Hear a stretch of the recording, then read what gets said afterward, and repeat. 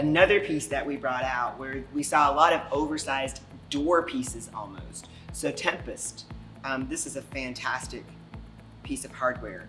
It's called Tempest because that's another name for storm, and as you can see, the movement that you get from this item. It is a hefty piece of hardware. This is definitely something that could go on the end of a kitchen island as an accent. You know, use it as a hook if you wanted to put something fantastic door pieces. If you have built-in secretary or any kind of built-in cabinets, you can put this on there as door piece. Again, this is the satin nickel, the matte black.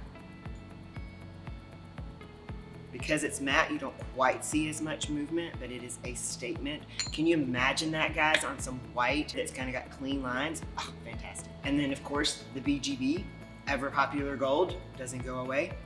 That movement, the way the light can connect with that, again, guys, these are proclamations. These are items that make your pieces of furniture, your cabinetry, your accent, your own, versus the mass marketed hardware that you're gonna see out there.